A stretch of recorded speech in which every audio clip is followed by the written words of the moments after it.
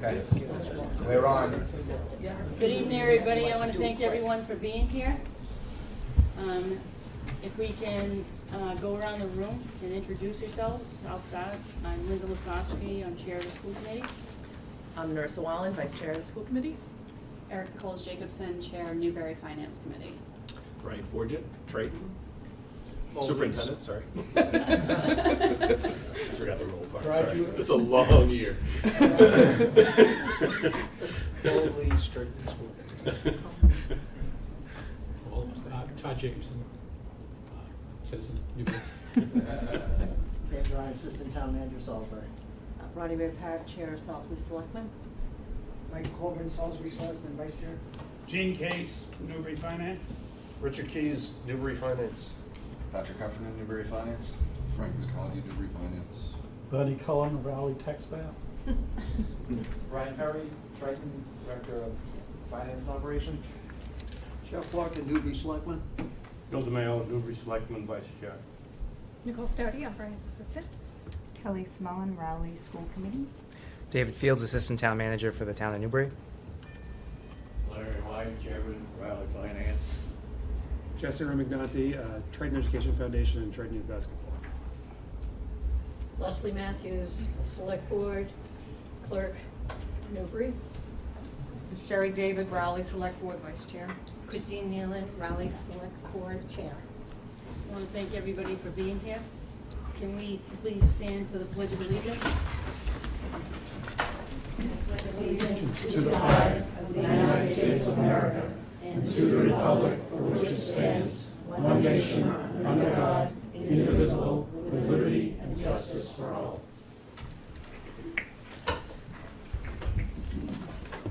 The next item is the meeting notes.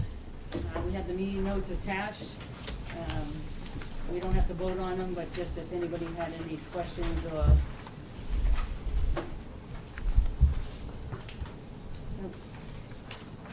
the next item is the Triton budget and alternative assessment presentation. I want to thank everybody for being here. It's really important that people understand how we get our budget and why certain things happen during the budget season. I'm going to hand this over to my vice chairperson here, who is extremely knowledgeable of this information. We're very thankful, we all should be thankful that we have someone like Nerissa who knows this information. So I'll hand it over to you. They're going to pass it all the way down to me. Yeah, absolutely. So I'm just going to kick this off. So for those of you who have routinely been part of the discussions over the years, this may be repetitious, but the goal for tonight is single item agenda to take a look at the way the district assessment is calculated for Triton, for regional schools in general. It's not unique to Triton. And then to take a look at what a potential impact would be of an alternative assessment. This has been a topic of discussion for those who have been part of this for years, a decade, right? We've talked about other ways that we might be able to come up with an alternative option in the ways that we assess our member towns, particularly because one town is always getting the toughest nut to crack, right? In any given year, there's always going to be one town, usually, I should say, is one town that gets disproportionately increased over other towns. There are years when it works out perfectly. It's been quite a few years since we've seen that happen. So the goal for tonight is much more presentation format than we normally do, but to then have a discussion. And then our hope is that town officials go away from here tonight to back to your respective bodies to have a discussion. Because we would like to be able to say, we want to consider this moving forward after we present to you what the realities are, or no, we don't believe this is an option that we want to have on the table moving forward. We'll never write it off entirely, right? But we don't want to keep, there's been a working group in play on and off for about 10 years. And more recently, there's been some discussions, and in bringing that group back together, we said, okay, let's have a decision and make some actual determination about whether we collectively believe, because this has to be a collective, right? Any decision in our member towns or for our district, any changes to the regional agreement, assessment, calculation, all of those end up being a required vote to change the regional agreement, which has to pass in all 3 towns. And so that, right, in any given year, whatever town that may not fit well in, that's a struggle. So our goal is to have that collective discussion tonight, hopefully not a once and for all, but hopefully put some real clarity behind what we say when we mean an alternative assessment, but also start with a basic understanding of how our assessment is calculated. So as Linda said, we have Narissa, who's been on the school committee for many years now, exactly how many, a long time. It feels old. And knows, I'm older than you, so we're not going to make any age comments, but knows this information, has a passion for the finance. We also, Erica Jacobson from the Newbury Finance Committee, no direct correlation with the district per se, but has been involved in this over the years. So we're going to kind of chunk this up. First, a little kind of a 101 on Chapter 70 and what the law says and how we need to assess our towns, and then take a look at scenarios for alternative assessments. And I just want to say thank you to have, whether it's Narissa or Erica or other committee members, it's nice that it's not always just the superintendent. You listen, no comments please. People listen to me a lot, and I like to talk a lot, but it's great when there's other people invested. And so to have your town constituents being this invested and this knowledgeable is a huge benefit. So thank you to you both and to others who've been part of this process along the way. So now I will hand it to Narissa. Thank you. Riley, am I going to mess you up if I go stand at the podium? Not at all. Okay, thank you. You want to flip your own slides? No, it's great. I can flip my slides.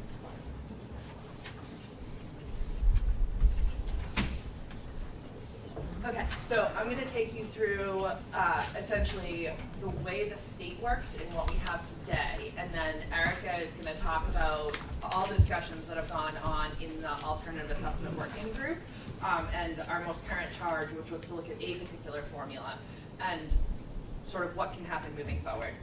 So, Brian, I'm going to ask you to go to the next slide. I think this is a particularly important part. So I should say originally most of this slide deck was designed for Support Mass Regional Schools, which was an organization of about 1,500 people statewide.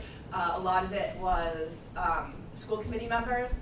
One of the needs that school committee members and town board members identified alike as part of that group was that that Chapter 70, which is the state financial, the main school finance formula, seemed inaccessible. It was just too complicated for people.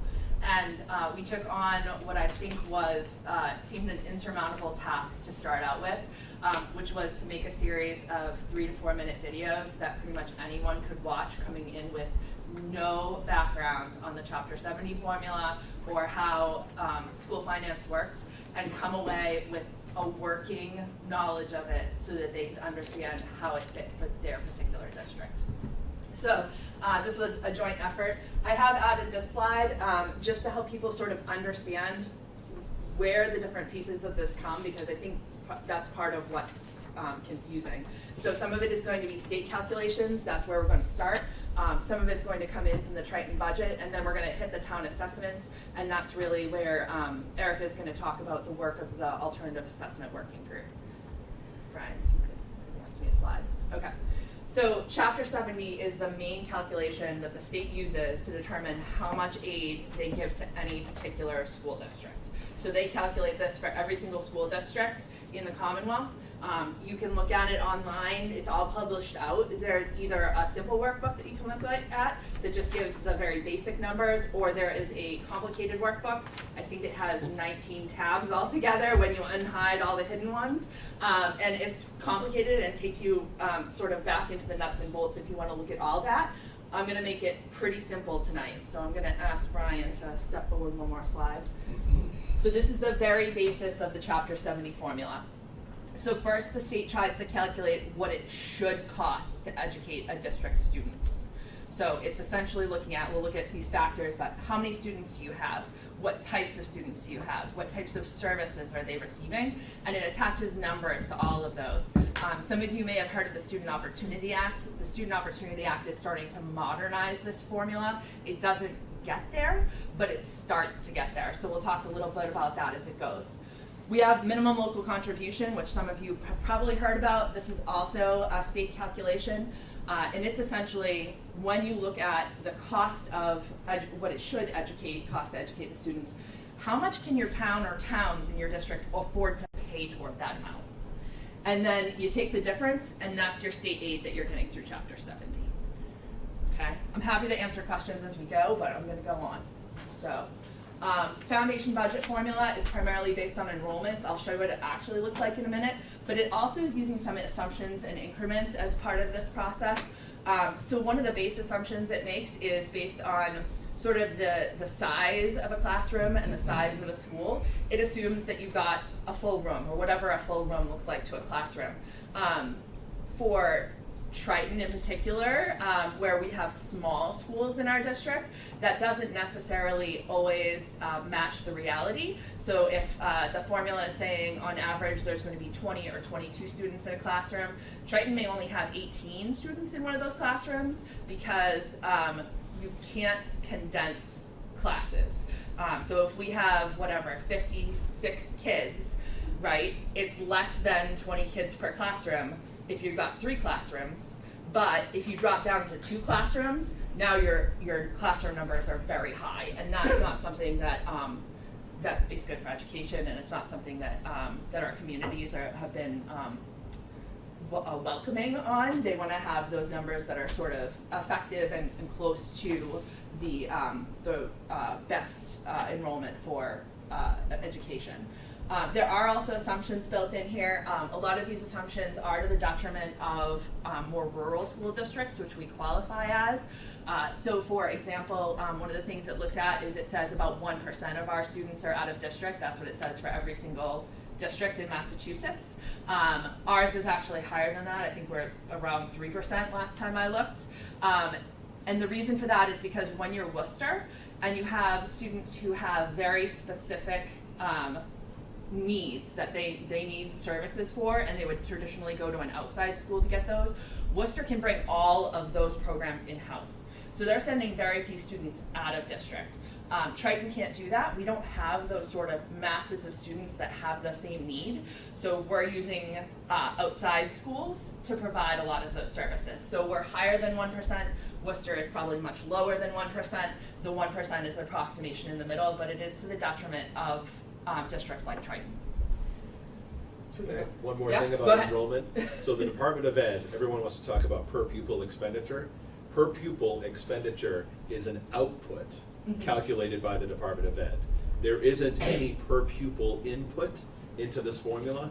And if you look at any district with a shrinking population and smaller populations, their per pupil expenditure is going to be disproportionately higher, right? So big districts and small districts both have a superintendent. If you're dividing the cost of me by 2,000 students compared to by 20,000 students, that cost alone is going to be significantly less on a district with 20,000 students. So just when you hear that concept of per pupil expenditure, just understand that it's not an input into this formula. It's the department calculating that at the end of every year based on data we report to them, and then dividing by the number of students we have. So we can zip forward one. So this is what our foundation budget for this year actually looks like when you boil it down to one page. So this is taken directly from the large Chapter 70 workbook. And you can see what it's essentially looking at as an input along the top is the number of students that actually qualify. So there's 689 high school students. There's a metric built in here, so the one I know off the top of my head, because it's classrooms and specialist teachers, is usually around $2,000 to $3,000 per student. So they're taking the number of students that we have there, they're multiplying by that, and they're saying that's what it should cost to have your classroom teachers and your specialists. When we get all the way down here, we get to our foundation number down here, and this is it's essentially the first step in the calculation, is this number that's right here, what they believe it should cost to educate your students. Again, we're looking at issues here with assumptions that may be wrong. We're looking at these numbers, which are based on, again, that ideal classroom that has 20 students in it. It's rare for us to have that ideal classroom with 20 students in it because we do have smaller schools and you can't conduct classes any more than they are right now. So those numbers tend to be lower than what we're actually seeing as part of our classrooms, if that makes sense. And feel free to ask questions as I'm going if there's something that's not making sense. The next piece of the formula, step 2. I guess one clarification, anyone that looks this up, you'll see anyone that knows our school number, it says middle school, junior, it says 506 or 508. That is they recategorize, our middle school is 7-8, so you see an enrollment of 305, whatever the number is. They pull the 5th and 6th grade out of our elementaries and include in that number, so. All right, so the next thing is minimum local contribution, which if you've been following budgets, you've seen this number because it comes into play a lot. So this is what the state believes our towns can afford to pay towards education. And we've been arguing that this number is too high. The formula sees Raleigh, Newbury, and Salisbury as wealthy communities.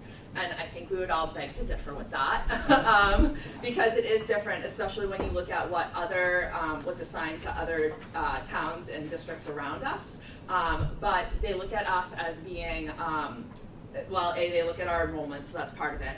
They look at our property values, which as we all know, some of our property values are very high because we have oceanfront properties.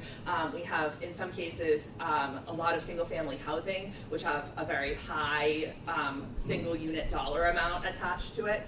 They also look at income, and that can come into play.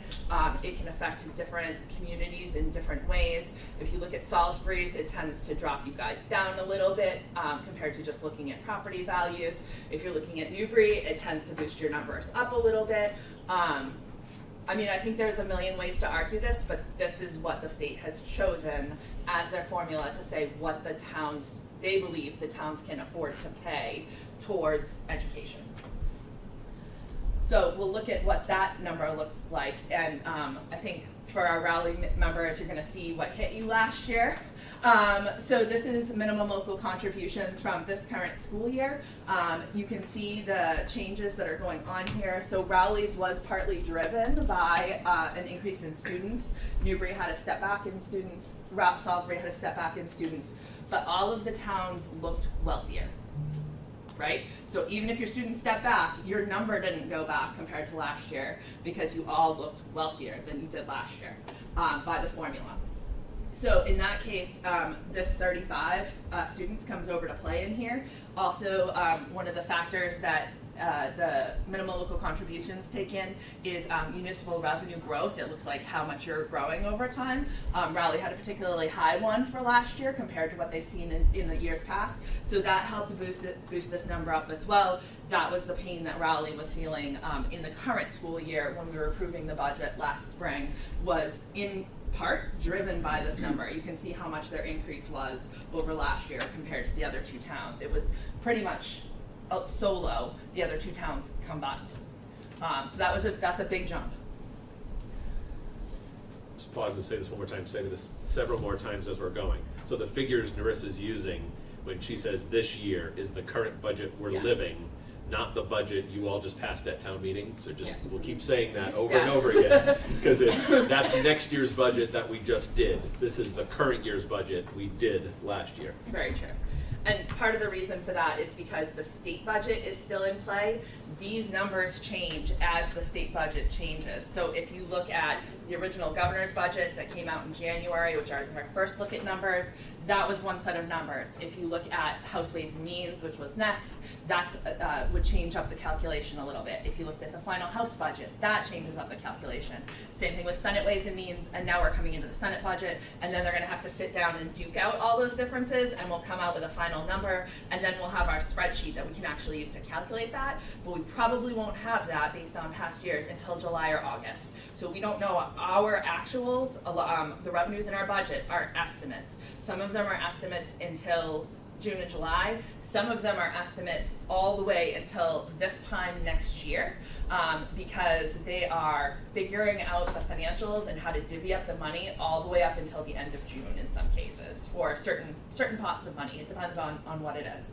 All right, so here's the one caveat to the what it should cost to educate your students minus what the state thinks you should be able to pay towards those students equals your Chapter 70. And that is hold harmless. So the state said about 30 years ago, if your aid would go down compared to last year, you get the same aid as last year plus a little bit of extra money for each student that you have.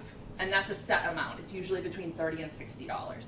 And that's called minimum aid or per pupil aid. You'll hear it called a couple of different things. But that's the main thing. So if this year's calculated aid would be higher than last year's, you get your Chapter 70 aid. If your aid this year would be lower than last year's aid, you're held harmless. You get the same amount as last year plus a little bit per pupil. Does that make sense? Triton has been a hold harmless community since 2011. What happens here is you essentially fall into debt as they slightly increase your Chapter 70 every year.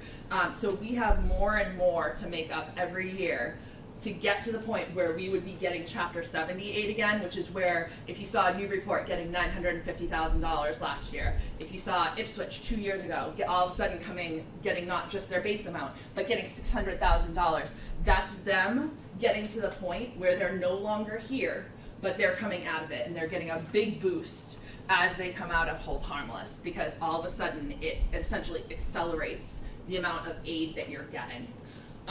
The good news is that the Student Opportunity Act, which is what's pulling a lot of those communities around us out of that debt and towards getting this Chapter 70 aid, it also boosted Triton. So if you looked at our numbers, probably, I don't know, I'd have to go back and look at the year, but let's say 3 or 4 years ago, we were $400 million roughly in Chapter 70 debt that we'd need to make up before we would see Chapter 70 aid.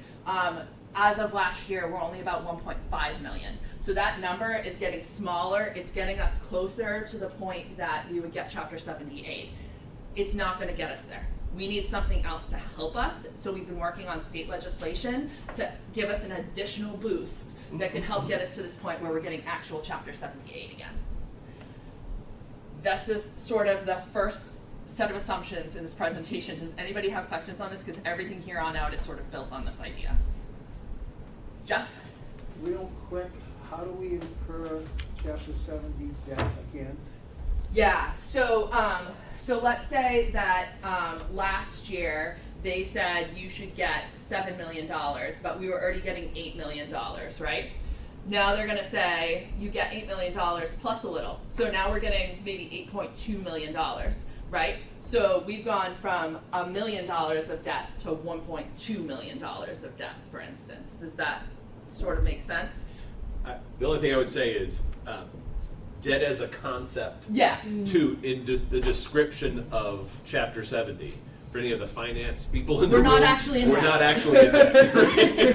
So I see finance directors and be like, oh my gosh, what? So That's the terminology that's used. Is more debt. as what the state would owe us, if that makes sense. Yeah. That sounds better.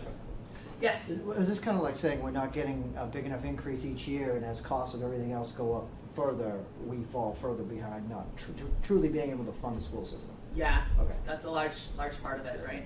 Yeah. Okay. All right. Any other questions before we move on? All right. We can go on to the next.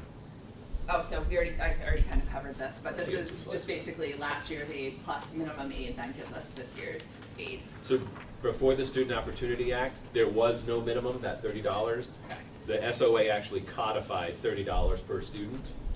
As of today, the Senate's version is actually $110 per student in the fiscal 25 budget. So advocacy alert. Call Senator Tarr, say yes to that. And that is about how much? It's about $65,000. How much is it a year that we get?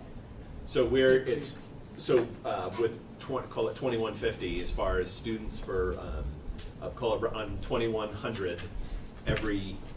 That's about another 180,000 over what we budgeted, over what we assumed. So 165, nice. 170. That's much higher than we've seen any time. I don't think I've been on school committee and have seen a number that high. So 9 years, never seen it that high. Okay, so it'd be really nice if that comes through. But it is It's a high number, something we're not used to seeing. Bernie? Yes, but isn't our declining enrollment, doesn't that play into how much Chapter 70 aid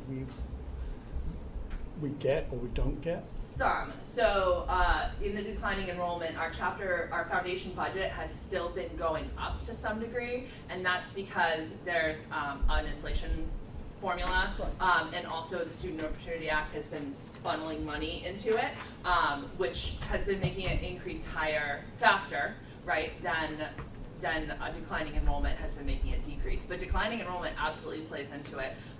There was so we're all, essentially with declining enrollment, it's like we're likely always to be behind the 8 ball. It makes it much more difficult to get to the point where we would be back in receiving money. It makes it harder, yeah. So that's one of the things, not to go off on other topics, but I always hear people say, like, we'd have to pay more as a town if we had more students in the school system.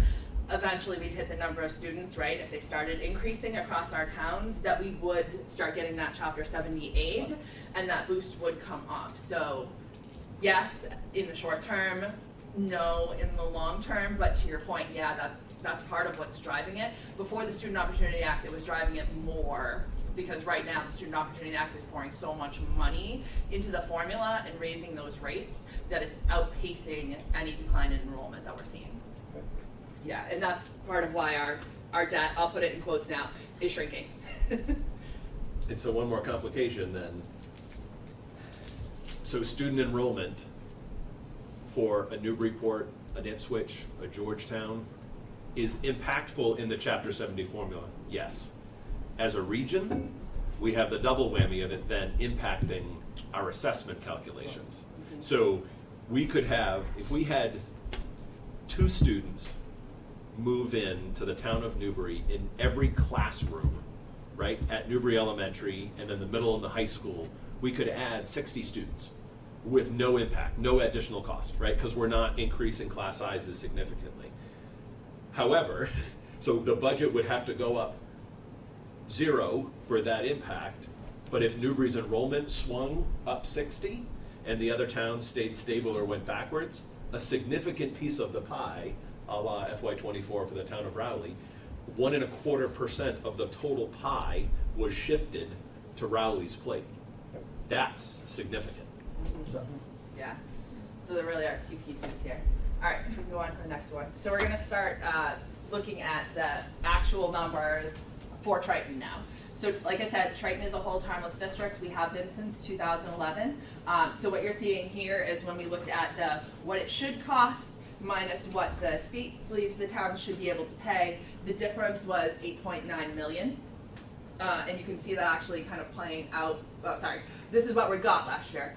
This is playing out here. So here's what they believe it should cost, here's what they believe the town should be able to pay. This is the difference. This is lower, right, than this number. They're never gonna bring this number down. That's what hold harmless says. So it says we're gonna add just a small amount. That small amount happened to be $60 per pupil, which was $133,000 last year. So 8.9 plus the 133 brought us to $9.1 million on Chapter 70 last year. Okay? Does that's the formula sort of functioning in reality straight from their spreadsheet. In the debt, that terminology is the difference between the 8.973 and that 7.5 in line 4, right? Because once that matches, right, so that's the foundation aid is what Chapter 70 says we should get. So the state already thinks we're receiving 1.4 million more than we should. That's the debt. So as this number goes up and up and up and eclipses this number, hopefully eventually, then we start seeing those big boosts, right? Before Brian goes on, Relatively big relatively. I would love big boosts. Well, I mean, I would 600,000 I would take right now. It would feel life-changing. Everything you've seen up until this point is a state calculation. Okay? These are all state calculations. Triton has not done anything with these at this point. The towns have not done anything with these at this point. This is all state calculations. Part of the struggle that the towns have been feeling is that in the best case, we see the first iterations of these numbers on the 4th Wednesday in January. Best case. Okay? So you all know where you're at in your budget seasons at that point. It's not a good place to be just getting the first iteration of these numbers, right? And that's been part of the problem for us, is that this is solely in the game. If we have a new governor, it is March 2nd? Additional 8 weeks. Yeah, 7 weeks, it's 6 eight. weeks. They get an additional 8 weeks to plan their budget. So we're getting these numbers in March. Yeah. So this is part of like, when we talk about why would we look at an alternative assessment, this is one of the things that keeps driving us to consider this as an option and just keep going back to the table to look at it, is we understand the frustration of getting these numbers so late. And that will never change, right? We could, so, I mean, that's part of the alt assessment, right? Is if you change your formula to use something other than the state formula, now you're no longer dependent on these numbers coming in January, as long as you exceed them, or if they come in March, whenever they come in. As long as you're exceeding your minimum local contributions, which we have been, there is no reason that you have to wait for them if you're using some other type of assessment that doesn't depend on these numbers right here. Does that all make sense? Sorry, have I blown anybody's brain up yet? A little bit. A little bit? All right. Wait till you get to the 300 level. I know. Yeah, Bernie. Yeah, so given this formula, Mhm. the two variables that are actual variables as opposed to residuals will be the foundation budget. You Yep. said that the last reform increased that in general, not really to regional districts though. I mean, that was a little, but not nearly as.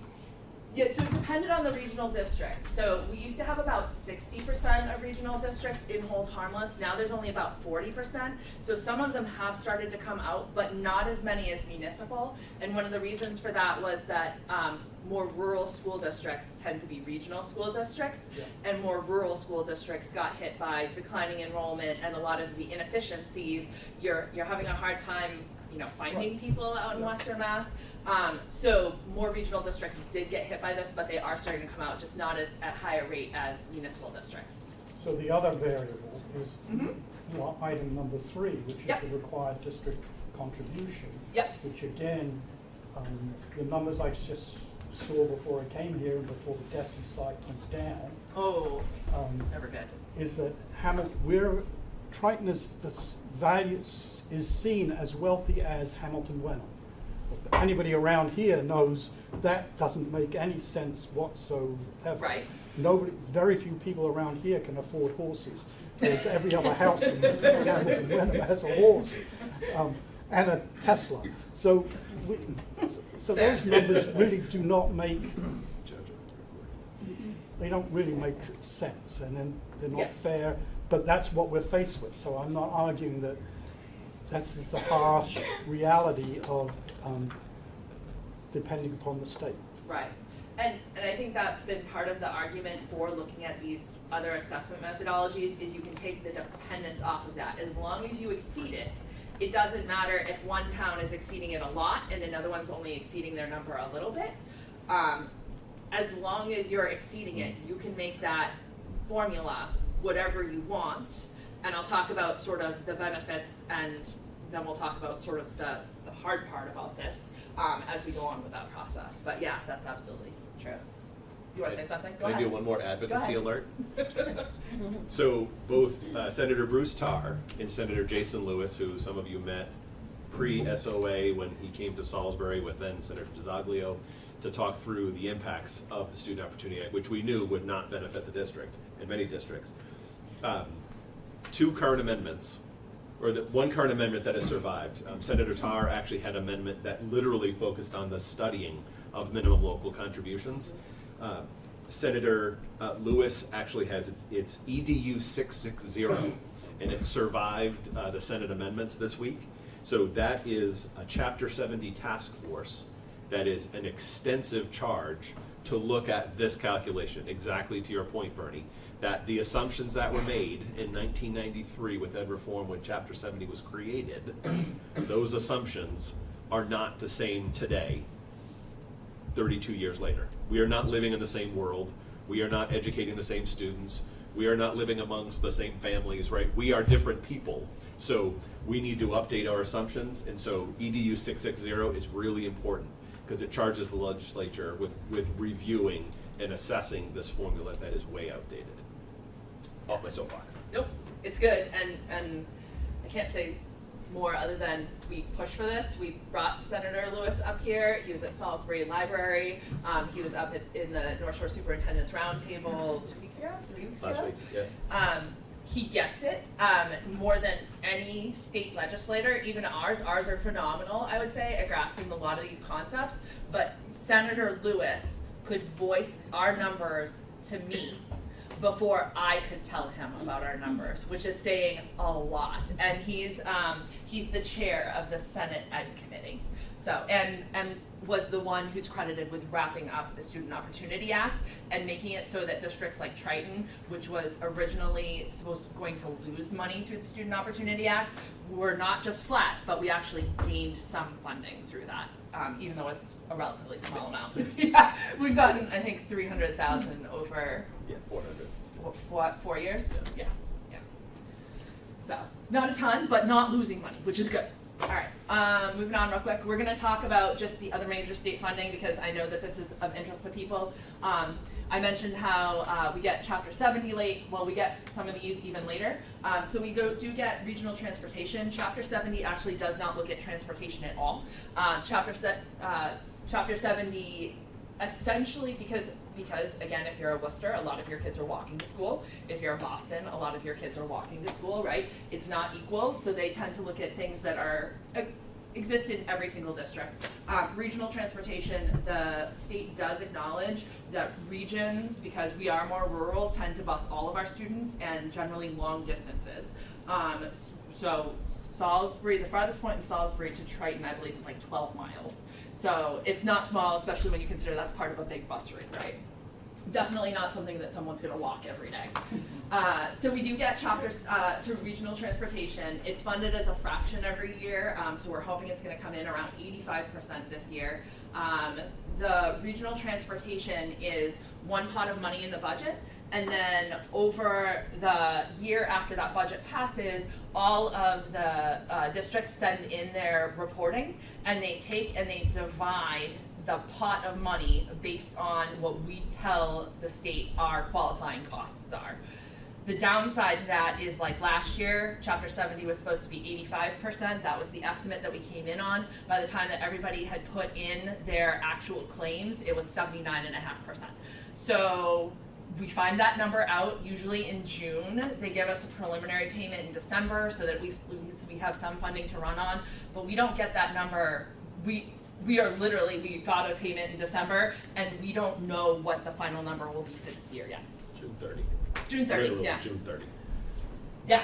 I think there's a couple other important points Yes. on this, and that's that the regional transportation, when all of these schools were regionalized, there was a promise by the state Yes. that it would be 100%. This was our push to regionalize instead of creating a Salisbury High School, Newbury High School, that this was their push, that they would support us and pay 100%, which they don't do Correct. any year. And in addition, some of, like Newburyport, Amesbury, they can charge people who take the bus where we cannot do that. So Correct. we have to count on regional transportation that the state doesn't pay us what they're supposed to pay us. Yes. And where other schools can get 100% reimbursement by parents. So I Absolutely. think that those are important pieces. And Yes. just for historical, I'll touch on this towards the end of mine, is that since 2008, the low for regional transportation has been just under $600,000 was 1 year, and the highest it's ever been has been $1 million, but it's never at 100%. And it's not consistent year over year. No, we're fighting it every year. Every We're year, yes. spending significant resources as a school committee and superintendents in the area to fight that number up every single year, which unfortunately we spend so much time fighting that number up. There's only so much energy within a school committee or within a community even to focus in different areas, and it's an easy one for us to try and boost. So we do try and boost it every year, but it also, in some ways takes away from our fight on other fronts. So that's rough. I talked about how special education isn't an actual number in Chapter 70. They're making assumptions based on that. So we do get special education circuit breaker reimbursement and IDEI. One of them is state and the other one is federal. That gets us about 75% of the out-of-district tuitions beyond what they call the threshold. So our towns are essentially paying a quarter. The state is paying roughly 3/4, although it doesn't always, it's rough numbers, I'll say. And then school meals, this used to be a big one for us, and it still is. They're now, the state of Massachusetts is funding both breakfast and lunch for our students, which has been amazing. I can't tell you the stigma behind having a student declare that they're low income or essentially impoverished and having to come through our lunch lines and not, I don't want to say they declare that on a daily basis, but it's something that that student would have to deal with on a daily basis. Being able to take that out of the factor, being able to make sure that those students are getting a meal every day, so the choice is not, do I look socially acceptable to my peers or do I get lunch today? That was a huge step forward for us. So, Just meals. yes. Breakfast, Meals, yes. and lunch. Breakfast Yeah. and lunch, yeah, it's amazing. And then it just added in here that there are a number of supplement, not supplant grants, which basically means that we can add services with them. We cannot essentially use that money to fund services that we already have in existence. So that would be things like Title I, Title II, the after-school and out-of-school grants, things like that. So we can add an after-school program. If we have existing after-school programs, we can't send that money to support that and use the money that was supporting that elsewhere. That's not something that we can do as part of those grants. Narissa? Yeah. And the breaker, special education circuit breaker, what is, is it 350? What is the minute, what is the circuit breaker that we have to pay first before we reach? About 47,000. Okay. Yeah, so we're paying that for our out-of-district tuitions first. So if a tuition was 100, we pay the first 47. The state pays 75% of the 53. Okay. So when you do the math, $100,000 tuition, we're about splitting 50-50. We pay 55%, they pay 45%. Can I say one thing about meals while we have a camera? So our food service director, to make sure everyone's aware of this opportunity, our food service director partnered with Ipswich. The town of Salisbury qualified, and Ipswich did as well, and they weren't running it. So Triton Food Services will be running free meals all summer, not all summer, this summer. There'll be 2 sites in Ipswich. One was Ace Gymnastics out on Route 1 by Majestic Dragon, and then the DPW yard over on 1A. Those are both open. Anyone can drive in. If they look like they're under 18, they get a free meal and they walk away. So those are both open sites. And then at Lions Park in Salisbury, again, open site. Anyone can walk in. They look like they're under, we're not carding anyone. You look like you're under 18, you get a meal, and it's federally reimbursed. And then at the Salisbury Elementary Club, or Salisbury Elementary School, as well as the Boys and Girls Club, but those are closed for students enrolled in those programs. So that's open to anyone. We kind of got a high and a north and a south. So certainly anyone in Rowley and Newbury, families as well. Anyone under the age of 18, there'll be information posted. Follow Food Services Instagram, the best way to get it, and all those dates and will be available. No prior notice required. Just show up, get a meal. Please. Feed people who need it. All right. Okay, so now we're going to talk about the current assessment method. So this is, again, actual Triton numbers. So I'm going to... The current year. The current year, yeah, sorry. One more time, we're just going to keep Current stopping and year, saying current year, last year's process. Yes. So I'm going to have Brian advance because we're going to work our way down this in sets. So here's the first number that Triton actually controls is our operating expenses. This is the number that we vote every year. It's based on salaries. It's based on insurance. It's based on utilities. All those things that we have coming in to the school committee. The school committee works with the towns and sets a number, and that number is here. That's in part based on our minimum local right now, though. Revenue in, this is Chapter 70 plus our estimated regional transportation, all those things that you saw on the last 2 slides ago, that's all coming into this $10 million number right here. Okay. next thing we're gonna do is we have 2 steps to take the remainder of that money and divide it up between the towns. So the first step is those minimum local contributions that you saw early in the slides.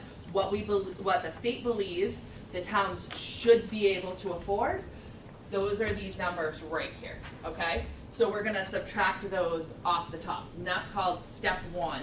We're gonna call this, we call this the statutory method, that's what Massachusetts calls it, is the statutory method of determining assessments.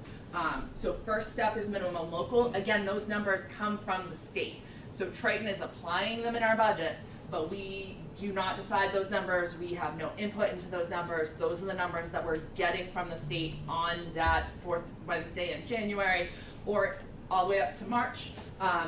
So this is the first time we're able to apply those.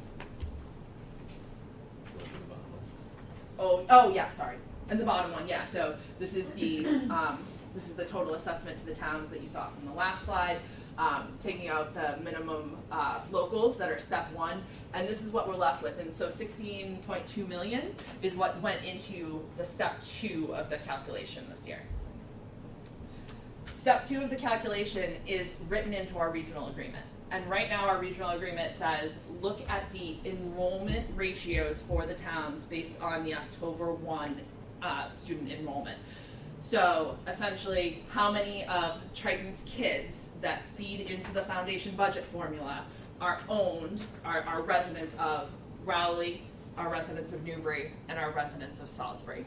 And Brian mentioned this earlier, but part of when the towns feel the shock is when these numbers shift. So we went through Rowley having a shift, right? Some of those that percentage came out of Newbury and Salisbury and came into Raleigh last year, and that's where sort of the pain is being felt, because that drives part of your increase on top of minimum local driving part of your increase as well. So again, just the enrollment percentage, this is part of our regional agreement, using numbers from the state, and then you get those total numbers. We're adding this to the minimum local, so you can see here's your minimum local, here's your amount above minimum that's divided up by step 2 of the formula here, and then this gives you the total assessment. So this is the first time we're seeing numbers that come to the towns. All right, so that's our formula as it exists today. Statutory method, step 1, minimum locals, step 2, your No, go back and look yeah, at it so all this at is once. what it looks like. This is the whole thing, right? So yeah, step 1 is minimum locals. Step 2 is going to be your percentage of enrollment, the ratio of percentage of enrollment above minimum, and then you get your totals down the bottom. So the only piece of this that we control in our regional agreement is this percentage above minimum right now. We're going to go on, because now we're getting really into announced assessment and what that starts to mean. So the state actually doesn't say what you have. Well, you can make a choice to use something other than your anything from here on down. We could, if we decided to, we could say from here on down we want to use a totally different formula to determine how this number gets divided up amongst the towns. Does that make sense? That $39 million number is what we can decide How we it would gets divided. divide it. Exactly. That's the alternative assessment piece. Yeah.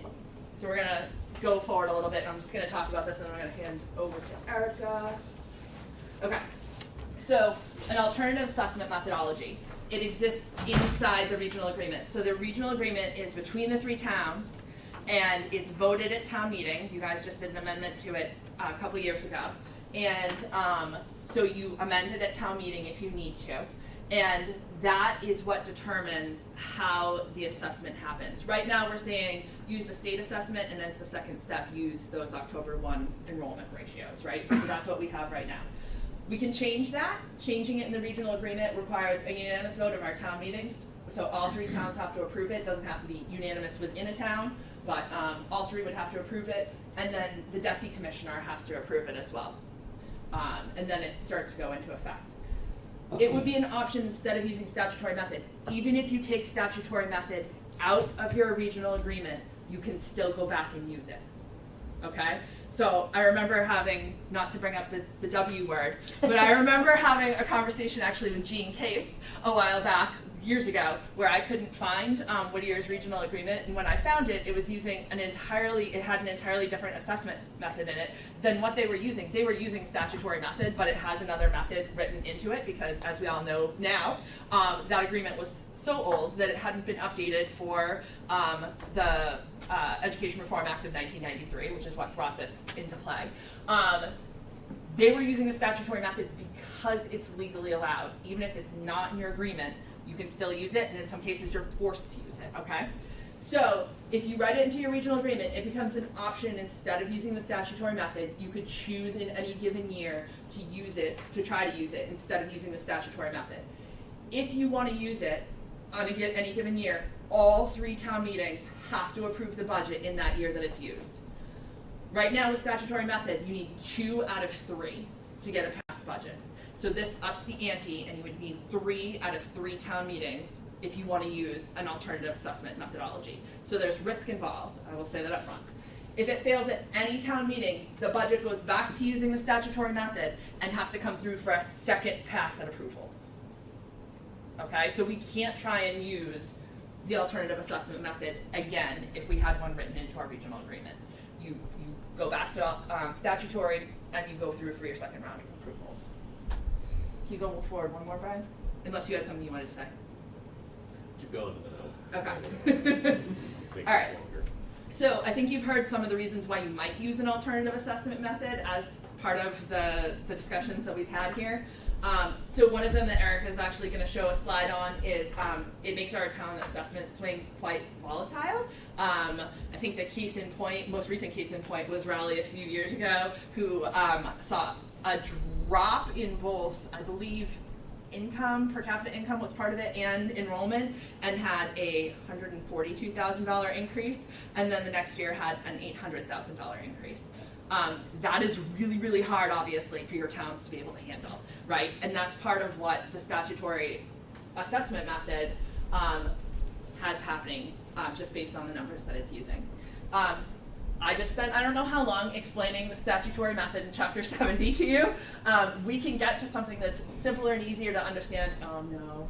No, it's Oh, we're good. Okay. Just don't touch the screen. Don't touch I wasn't touching the screen. But we can get to something that's simpler and easier to understand, and that was one of the things that we've kind of talking about over the years, is how can we make it so that anyone in any of our towns can understand how we assess the budget, because right now it's incomprehensible to most people, much less, everyone I think in this room had some level of understanding of it because this is what you do on a daily basis, but if you asked your next door neighbor, if you live in one of our 3 towns, they probably had no idea how it works. And part of that reason is because I heard one time that only 6 people in Massachusetts actually understand how the formula works. It's that incomprehensible. And that doesn't have to be the case, but it is in the state method just because it's so complicated. It can become more predictable. So do you know a year in advance close to what your assessments could be for the coming year? We can't do that right now. We don't have those numbers until late in the process. Could you get them earlier depending on how you build an alternative assessment? Yes, you could do that. And it can be fairer to the communities. So one of the things that I've heard a lot of is, why is income driving what the state believes the towns should be able to pay? Because most of your taxes that are coming in are based on real estate. So if you're looking at real estate taxes, and that's already factored into the equation, why does it matter to you as a town whether somebody's sitting in a $200,000 house and making $1 million versus somebody sitting in a $200,000 house and making $30,000, right? Why is that income driving part of that formula when most of your taxes don't have a whole lot to do with income at the town level? Okay. Here's the one catch that we keep running into. You can't satisfy all of these. We haven't found a formula. We went through 50-odd regional agreements. We looked at all the formulas that they all use. There is no one formula that hits all of these. You have to sacrifice something if you're going to look at an alternative assessment. And even the statutory method itself, it hits none of these. So I guess it's anything we could do would be better than a statutory method, but you cannot solve all these problems in one formula. And with that, I'm gonna hand it over to Erica. And, well, actually, I'll answer questions first. Does anybody have questions before we go on and talk about the actual work of the health assessment group? Yes? If we just take at face value that 3 towns are never going to agree, Yep. couldn't these same 4 objectives be addressed if each town, rather than just putting money to whatever you have, free cash or whatever the case may be, Yep. a school bank, Yep. right? So I mean, couldn't we just alleviate this whole thing if each town did this individually and said, so Rowley, for example, hey, we had a $142,000 assessment this year, that's great for us, but it averages on 680, right? So in turn, we need to put away 540 in the school bank because we're probably going to get some back next year or the year after. Doesn't that do the same thing while alleviating the issue that you're probably not going to get 3 towns to agree on anything? Yeah, it definitely could. One of the things you'll see with Erica's slides is it's not always a single year instance where a town sees a higher than average increase. So eventually your bank's gonna run out if you're running 3 years, which Salisbury just came out of, at higher than average increases for them. You work your way through that bank. So that's, I think, part of the reason, but I believe the other thing you're gonna always struggle with is the voters. That money is their money. And that's the thing that I keep always hearing is, you know, when you put money into free cash, when you put money into this, that's money that I want to have in my pocket. I don't want you to have a town or the regional district. We have an excess and deficiency fund that's similar to town's free cash. It's normally sitting around 500 or 600,000 because it's hard to put that money away and say we should be holding on to that money for an emergency. It's our rainy day fund, right? And putting more and more in there. They want us to hold enough just to cover our rainy day for that 1 year, and then that money. Is that the devil you know? I mean, that we all deal with it. I agree. People hate free cash. Yeah. And they don't. But the fact is, and I can't speak for the towns, but the fact is we allocate money to free cash because it has to be there. Yes. So, to me, a school bank is a lot less nebulous use. It's a much more well-defined use of quote-unquote extra money. Yes. To say, look, this is coming no matter what, so this money has to be there. As opposed to free cash. Well, so free cash, what do we need free cash for? You know, that should come off my tax bill. Right. That's hard to make that argument when Yeah. knowing that a higher school assessment is coming at some point. If the town wanted to move in that direction, this is my one thought on that. If the town wanted to move in that direction, they could definitely make that decision on an individual basis. We have no way to change how we divide up how much we assess to each town right now. So if Newbury said, we want you as Triton to hold on to $1 million for us, I'm not saying anybody's saying that here, but if they did, we could not take more money out of there without also asking for more money from Newbury and Salisbury. So we can't do that. The town could decide to do that, though, if you wanted to do something along that line. We just can't. We can't do it as a district because the only formula we have is that formula right now. Just to me, I mean, getting 3 towns to agree on anything is not gonna happen, right? So, Yes. but you could get 3 towns to agree, at least in principle, to say, Yeah. yeah, you know what, we're gonna do that. Yeah. We're gonna do that, and then in the event that we hit 3 rainy day years in a row, or 4 rainy day years in a row, then we'll have to figure out where to mine for capital at that point. But right now, this is how we deal with it. Yeah. Yeah. And it ends the standoff. And it's been a decade standoff so far. So can I ask, so you're saying it's a school, that's a school fund? Yes. Okay. Yeah, so that each individual town say, look, this is, hey, our assessment's coming great this year. Yes. We're, how fortunate we are. It's not gonna last. Each town would have to act Each individually. town would have to act individually, and it, of course, it would be you know, And if they chose gentleman's not to agreement, act, so to speak. If they chose not to act, that's their problem. They and get stuck, Yeah, right. they get stuck holding the bag and trying to find the money, but. Yeah, I think that would have to be codified as an alternative assessment, Yeah.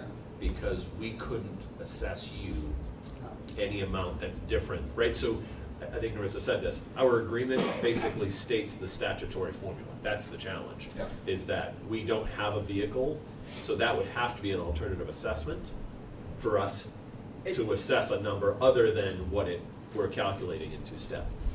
But no, if not if it's held by the town. So to go Right. back to Yeah, I'm your saying if it was original a example, right? If Rowley had said we have a low year, we're gonna take the difference between that low number and an average, and we're gonna stick it away in this fund so that when hard times come down the road, we have that to tap into. Rowley could have chosen to do that. As Triton, we can't because we only have one way, right, to calculate the numbers. Yeah. What an individual town chooses to do, though, it would definitely be right up to the town. We can't do I just think, that. I mean, to me, I can't think of a way in which it doesn't address those four issues, which, as we all said, one formula really doesn't. Yeah. It would address those four issues individually, and without the, you know, the pointing at each other.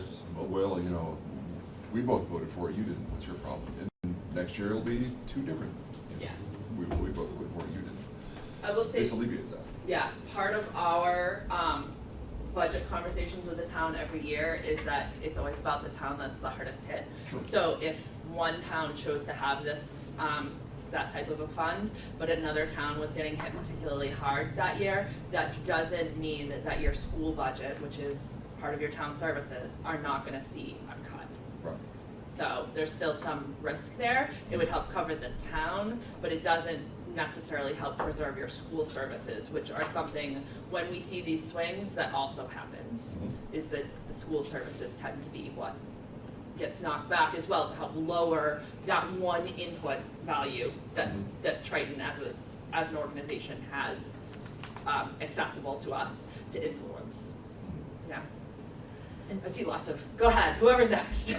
So I think that's a great idea to bring back to individual towns. I don't think that would be a 3-town decision, but I'll give you a perfect example where we had that discussion. The year of COVID, Rowley lost a lot of students because they went to Clark, and that was when their assessment was only 100 and something thousand. And I kind of joked with Joe. I said, you should probably put money aside, because I'm telling you, those kids are going to come back from Clark. Right. And lo and behold, they did within 2 years, and that's when it shot up. So I think that's I mean, I was kind of jesting with Joe, but it was a reality there, that would have helped Rowley 2 years from now if they had done just that.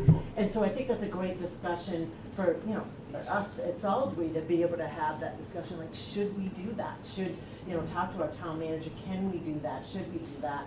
If this isn't, you know, ever voted on, which I agree, it's gonna be really difficult, so.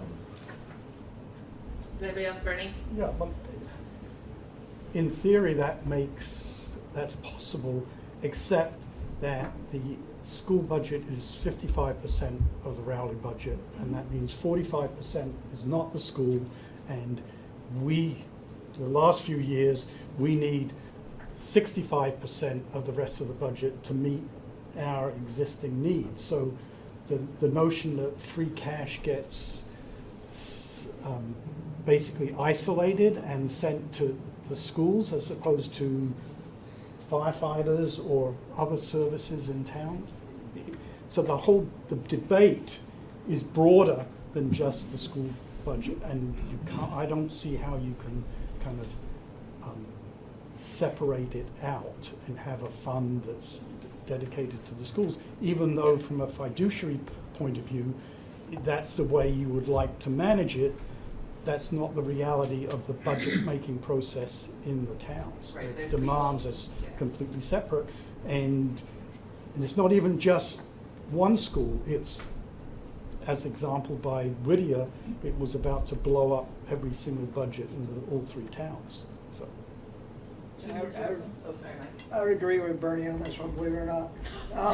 We don't bring much. I like it, but we don't bring much. I'm a nice guy. You're not saying you're not a nice guy. We just agree to disagree on a lot of things. I don't think it would pass either one of the towns. That kind of matter. I mean, from our standpoint, 100% works. But the average person at town meeting is not going to agree with that. because they want baseball fields fixed, they want another firefighter, they want another police officer. And where our kids are going down in population, you know, Salisbury's 55 and above. They're not gonna give any more to the schools, they don't wanna give what they're giving now.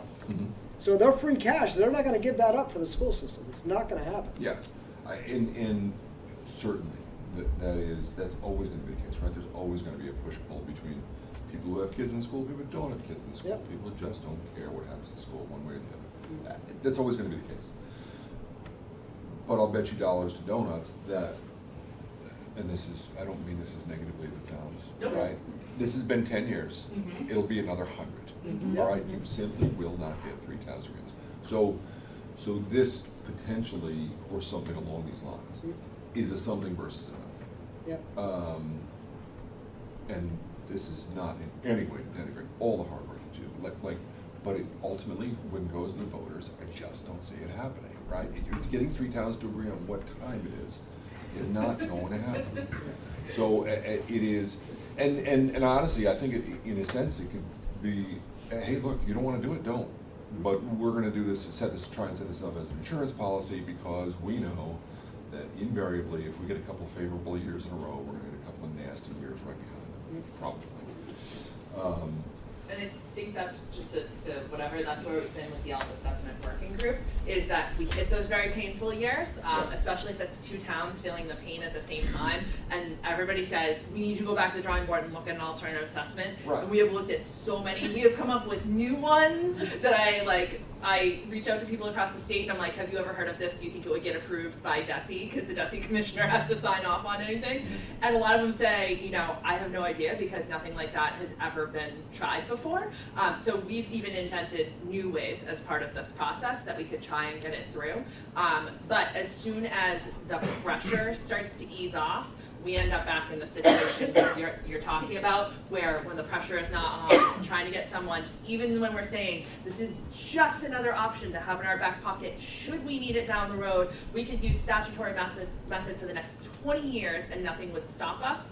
When that pressure is off, even having it as another option becomes so less, the push is so less for it, that we do run into those problems where it would be extremely hard to get a town meeting to pass. And that's one of the things that we've talked about too, is can you get it to the point ever where it's palatable?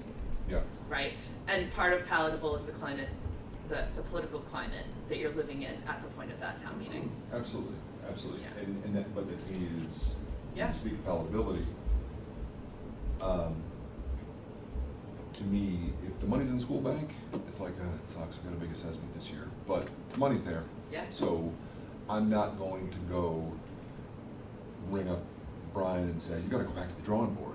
But it's like, well, it sucks, but I have the money. Yeah. It's there, it's already, even if only in perception, it's already committed. Yeah.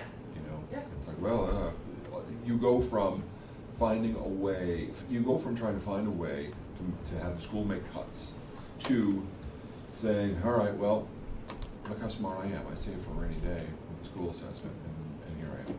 Yeah. You know, it stinks to have to deplete that, but that's what it's there for. And like Salisbury this year, we used 62% of our free cash. I think Raleigh, you guys were almost 100%. Yep. So our free cash is already gone to the schools, so there's not a lot of money to put into free cash right Right. now. Oh, yeah. So, That's always- I mean, Newbury was pretty high too, right, Jeff? I think you said over 50% Yep. of you guys' free cash? We used it, but we use it towards capital, we don't use it Yeah, towards I anything, think we don't use it, One-time expense. we do use it towards one-time expenses. You said you- Yeah, that's in our financial principles. Oh, it's not good at all, but when you don't have enough money, you don't have enough money. You gotta come with it somewhere. I think too, Michael, you know, we're a coastal community and you're a coastal community, and you're gonna have costs from other sectors that are gonna skew all this too. Yep. Because of sea level rise and the damage and all that stuff. There are so many crunches on our towns. Any questions before I turn this over to Erica and she talks about the more immediate work we've been doing and the choice, the more immediate choice that we have in front of us? So, All right, seeing none. all you, all right, so I'm Erica Coles-Jacobson. I've been on this working assessment committee for a number of years, and I'm going to read something because I want it recorded. I want it perfectly clear. Tonight's presentation is to address the DCC's question of what a 5% rolling average alternative assessment could look like. It is meant as a starting point for discussions for the 3 towns. Newbury's Finance Committee and Newbury's Select Board are seeing these slides at the same time as Rowley and Salisbury's committees. These slides are not an argument for or against an alternative assessment. The presentation does not represent any official positions of the Newbury Finance Committee or the Newbury Select Board, and I am not personally advocating for or against an alternative assessment. This presentation is to provide a common source of information to engage further discussion within each community and within the DCC. Disclaimer aside. Yes. Here we are. So if you go ahead, what I'm going to do is there's a lot of numbers on these slides. And what I'm doing is I'm reiterating a little bit of what Narissa just covered and giving you a historical perspective. She talked about the FY24 budget. This is giving us, in some cases, the past 5 years, including what has been passed by our towns for FY25. So this is the 2-step approach, the statutory we just went through. Local operating assessment is minimum local contribution plus above minimum % of enrollment. So our historical pattern over the last 5, look at all these years, Salisbury pays the greatest share, Newbury pays the least, and Raleigh falls towards the middle. So this is where we are. We are at a 41, this is our operating assessments this year. So that 39 number that Narissa showed for when she just showed that calculation, there's that 39 here. This year it's 41 million for FY25. So you can go ahead to the next one. So here's a historical look at what the state has said the minimum local contribution is, what we should be contributing, and what the actual total operating assessment has been year over year. So the numbers here, throughout this you're going to see the dark blue is Newbury, orange is Raleigh, dark green is Salisbury. You can see this gap is growing, that between what it's actually costing to educate and fund our schools versus what the state's saying you should be able to pay. So in proportion, so back if you look over here in 2008, FY08, it was $19 million was their minimum local contribution number of an operating budget of $23 million. So that was 82% of it was made up there. Now, when you're looking at FY25, it's $24 million of a $41.2 million assessment. So that gap here is getting bigger and bigger, which means that enrollment piece is becoming more, it's driving the decisions a little bit more. So we can go ahead to the next one. So there's a lot of slides, but they're not. So this is also when we talk about declining enrollment. You can see where we were. We went up to a peak in, our peak was in 2010. And then it went downward to 2022, and I think if we're not moving dramatically down further, we're kind of leveling out. This is you can see this was the year that we had some drops based around who was coming in and coming out. So this is how we get to that above minimum contribution. So for FY25, those are the numbers I was working with here. Newbury, it was at 28.62%, Rowley 32.84%, and Salisbury 38.35%.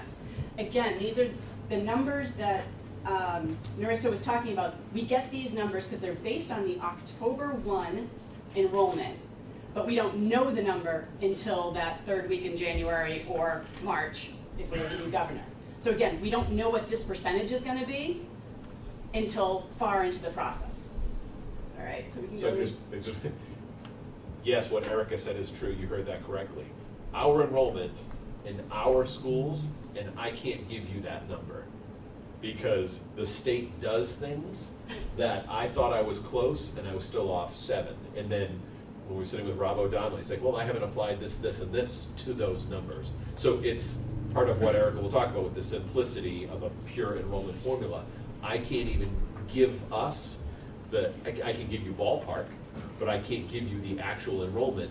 In 10 students, a swing of 10 between 2 towns, that matters. So again, this is the historical, what the minimum local contribution has looked like over these towns, and you can see where there's it would be great if these lines were all in parallel and they were all following the same pattern. It doesn't. As you can see, Salisbury's it's always higher, so that's all right. It's just that's just where it is it's been higher. Raleigh falls to the middle, Newbury's fall into the low, but you don't see them all moving in concert. There's some times where they all go up and sometimes where they all go down, but they're not moving at the same pace, which means that the impacts are hitting each of our towns differently. And to really show what this looks like, this is the total minimum local contributions by town. If you go to the next slide, this is where you see the crazy swings. So there's some years here. So this is the year that Newbury's assessment went down by $600,000 on minimum local contribution. It swings that widely, while Rowley's only went down, in real numbers, $1,500 from year over year. So this pattern makes it unpredictable for the towns to look at it. And there's some points where we all go down, but when there's the crisscrosses in the lines, these are the years that things are ugly. When all of a sudden one town goes way up or way down, it really impacts the communities. So during these years where Newbury's was totally going down low, this was one of the alternative assessments, was try to say so one of those years when Newbury's goes low, what can we do to put aside that bank, or something like that. So we talked about that. So this is where it's really unpredictable year over year, and you feel the pinch more intensely on those years. So then, this is the most recent two examples. So this was the one that Nursa was showing here, where Rowley's assessment between FY23 and FY24 actually went up dramatically. This year, it was Newbury that saw that jump of this was how much more we paid FY24 over 23, and this is how much more we had to pay this year over last year. So kind of seeing those pieces. So this year, one of the ways that we think about this is that the 5%, our operating assessment went up by 5.6% collectively. That 41, this number here went up by 5%, but that hits the towns so differently. Newbury saw a 7% increase, Raleigh saw just over 5%, and Salisbury saw the lowest at 4%. So how it's impacting each of our towns is really dramatically different. All right. So this is what they asked us to look at, which is a 5% rolling average on enrollment. So what we did was took the actual assessments, the actual enrollment numbers for all of these years, and what we would do for this to work and be the most predictable, meaning that we would know the numbers, we could know the numbers today for the FY26 budget if we followed this type of formula. Because what we would use is the past 5 years, so we wouldn't wait until January and back it into it. We would use the previous 5. So we would use, for budgeting in 2026, we'd use this number based on those. So that's what we wanted to look at. So this solution, if we use this 5-year average enrollment, meaning we throw out minimum local contribution entirely and we just use this number to divide the pie. So no step one. No step one at all. No step one, it's just one step. One step. It's just this number, and we know it today because we're using the past years. So what this would allow us to do is that we could look at what this is to see what the information would be going forward. We could start to prepare. We could have prepared the FY25 budget with the numbers from 24 and past. So that's kind of what we would do. And now if you go to the next slide, what this would really give us is that we could today look at what the projection would be. We could start to decide, we could start to see now what each town's assessment increase would look like given different assumptions about the budget itself. So this is the FY25 actual, that's what's just passed, so that's the increase. What these 3 bars are is representing a 3%, 5%, 7% increase. The local assessments over the last few years have ranged from 2.25% to 5.7%. So this 5% increase is probably our best guess of where things are gonna end up for FY26. So we could at least start to see, we'd have some numbers that we could go back to our towns and start to budget around and think about it. So that would be one thing that would be in a positive column for this, that would be that we could then use these and have the numbers sooner in the year. And then the other thing we could do is it would also allow us, if we could then create financial models within our towns and within the district to say, what's a 5% year over year for the next 5 years look like, so that we have a sense of what that increase is gonna be every year. Do we need to think about an override for education? Do we need to cut back when we're going to contract negotiations with one of our unions? Because we know we have this coming in education costs. I think it's foolish for any of our towns to think our education cost is going to go down.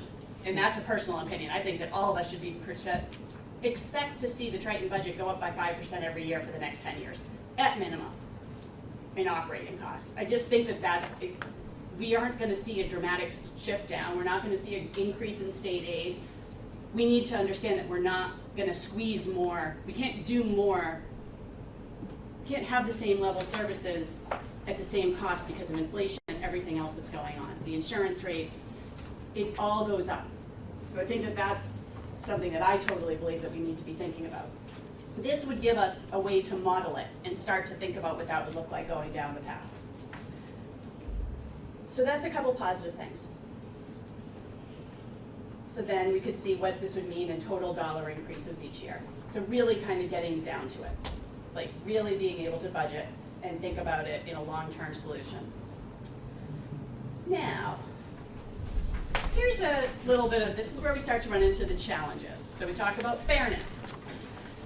If we had used the 5-year rolling average with the actual assessments, this is showing what the actual we paid. Newbury would have paid $500,000 more cumulatively over the last 5 years. How would Raleigh have done? Raleigh would have paid almost $850,000 more over the past 5 years. And Salisbury, because it's a zero-sum game, Salisbury would reap the benefits of paying approximately $1.4 million less over the same period of time. Hence, how are we ever going to... There was no motion, there was no vote. But this is where it gets into Frank's point, how is this ever going to pass the 3 towns? Because anybody can do these calculations and look at this. I'm not saying something that's like, oh, we're putting it in a bad light with voters. This is why it's happening, is that it's all we're doing is figuring out a different way to slice and dice the pie of money. Which brings us to the last slide that I have, which is, here's the big problem. Going back to nurses. There's our budget. This is the operating expenses. They keep going up.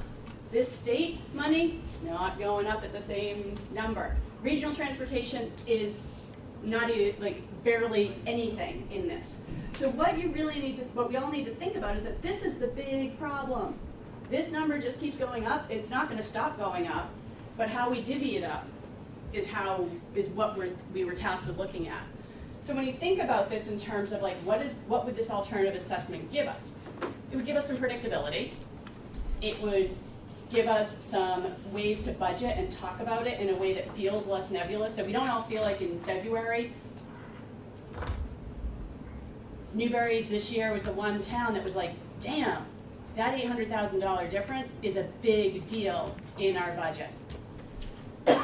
Can the school budget come down a little so that it eases that burden? When it was up at close to $900,000, and I know that not everybody was happy with where the budget ended up this year, but it's because Newbury, this was our year to be the squeaky wheel and say, we gotta get it lower. Other years it's been Raleigh, other years it's been Salisbury. It doesn't matter in this case which town each year it is, but it's gonna always hit one of the towns. And then we pull the budget back to the lowest point that's feasible for the lowest town, thereby shortchanging education every year. So this is the problem. And I'm not here to say what's the solution. I just am here to lay out, you asked us to look at this, and this is where we got to when we thought that we needed to share it with the big group so that everyone in each of your committees and towns can talk about, what do you think about this? Do we put it to bed and not look at it for another 5 years? Do we try to go down the path of changing the minds and changing the assessment? I don't know. But that's what I hope everybody takes out of this, is that the food for thought. We all understand how the numbers come up and then what to do with them and how to divvy it up.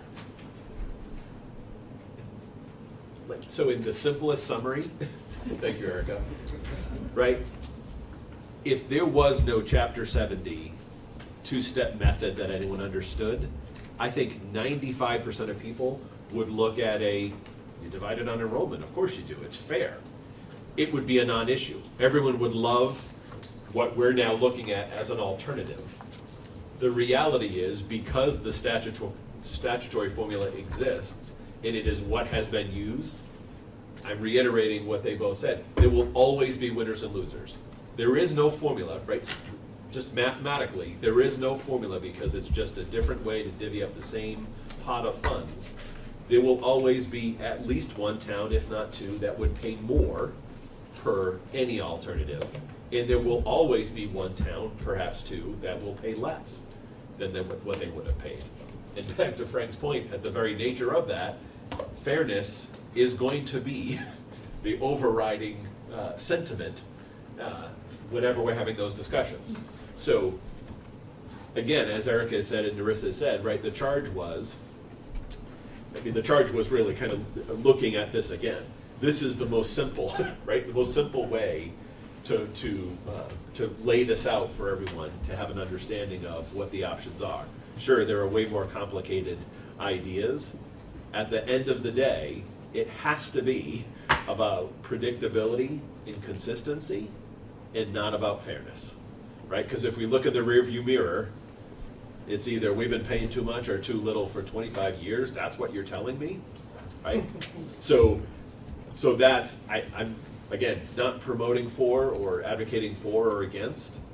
The discussion or the purpose tonight was to clarify both the piece that we're stuck with, right? Narissa went through how we calculate, how we receive funds, and how we assess, and then one simple alternative, and see if people think, and again, not for the, I mean, we can certainly discuss, but this has to be board decisions, right? This has to be all three towns, specifically the select boards and the school committee, willing to say, we believe, we want to get behind this, because it's getting behind a really big chore.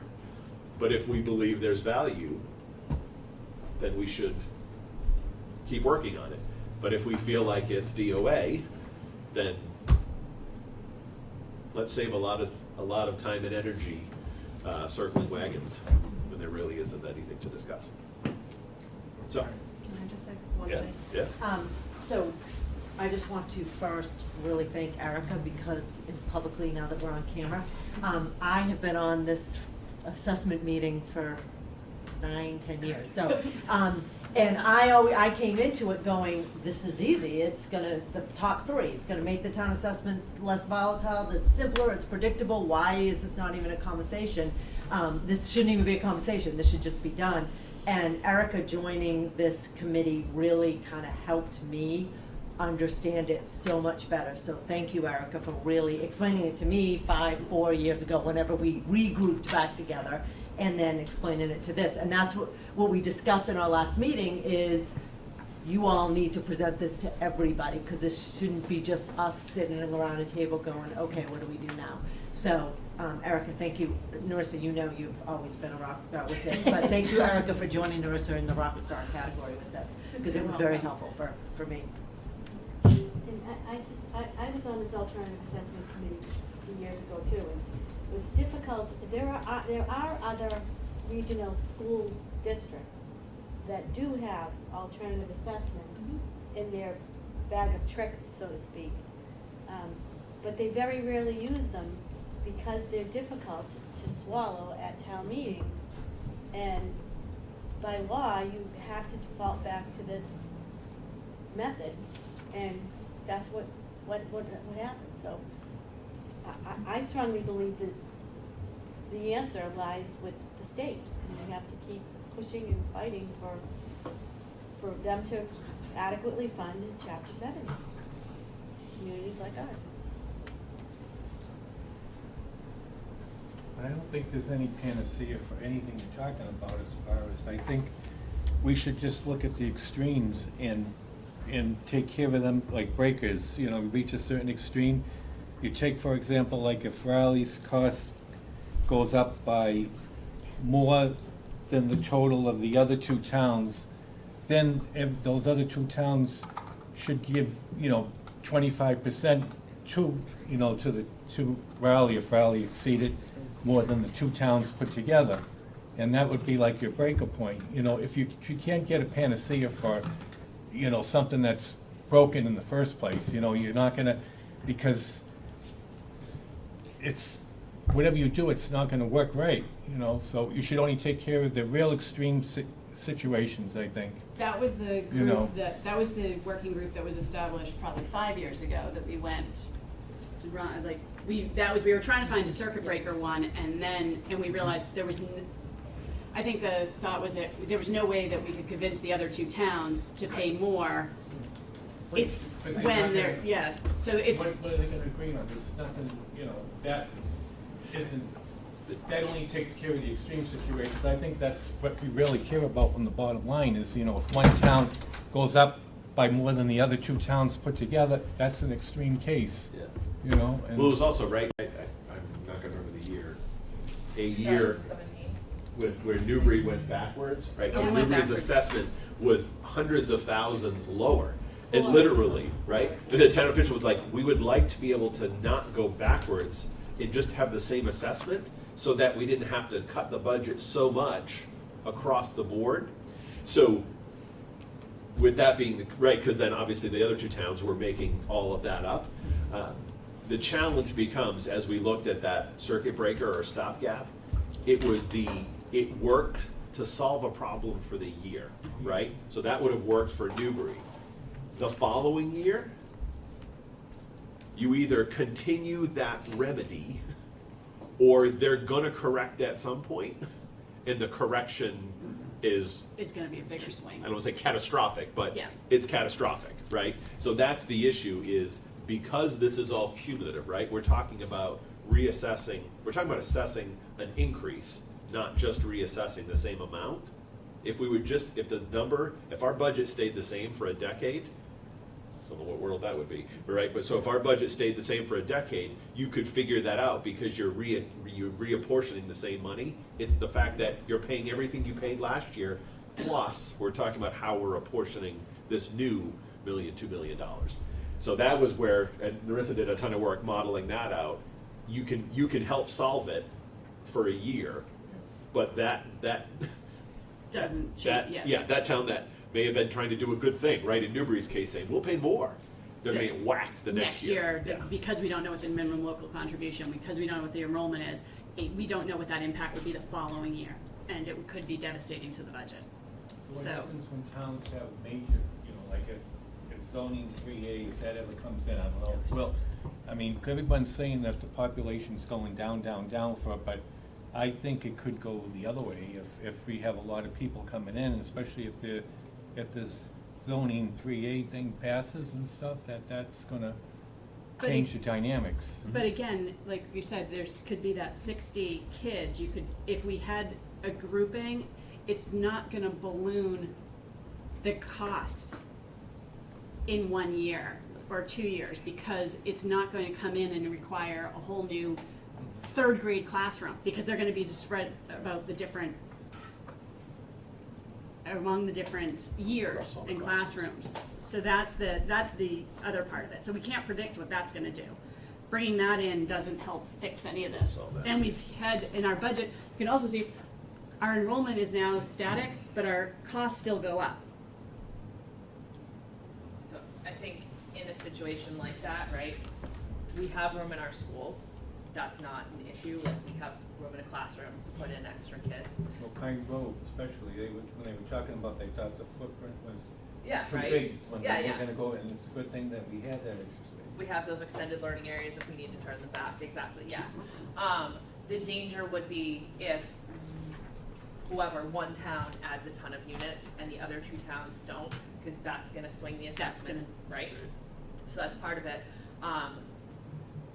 That's gonna be a short-term pain likely, as units got built, right? And we had some more students come in, although I will say Salisbury has put in a lot of these units and has not seen. Historically, dense housing doesn't increase schools, student body. It basically brings in 20-something-year-olds and, elderly people so Salisbury, we have quite a few of them, and you can go sit at a bus stop and watch 3 kids in the whole entire lucky 3 250 unit.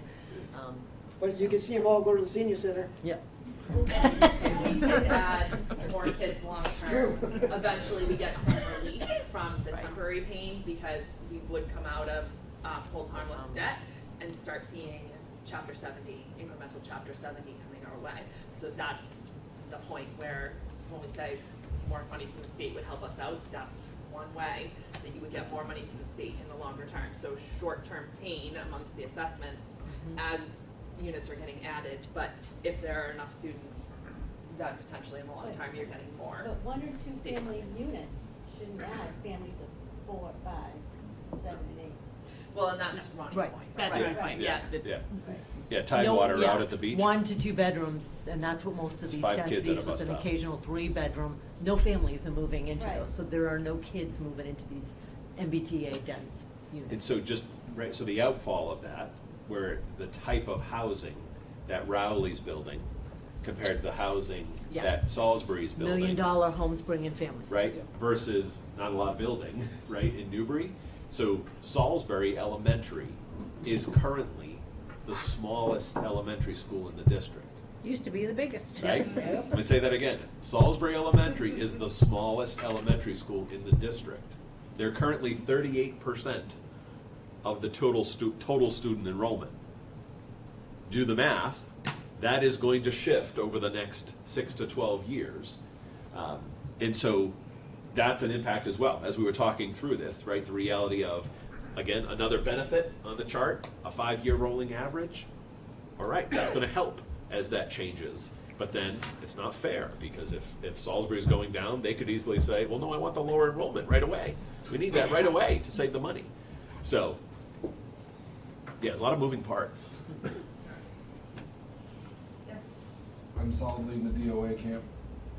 I just don't. Yeah, solidly I was trying to assign a State Department to I that. just Department don't of. see it. I think Whittier Get on told the us way. everything we need to know.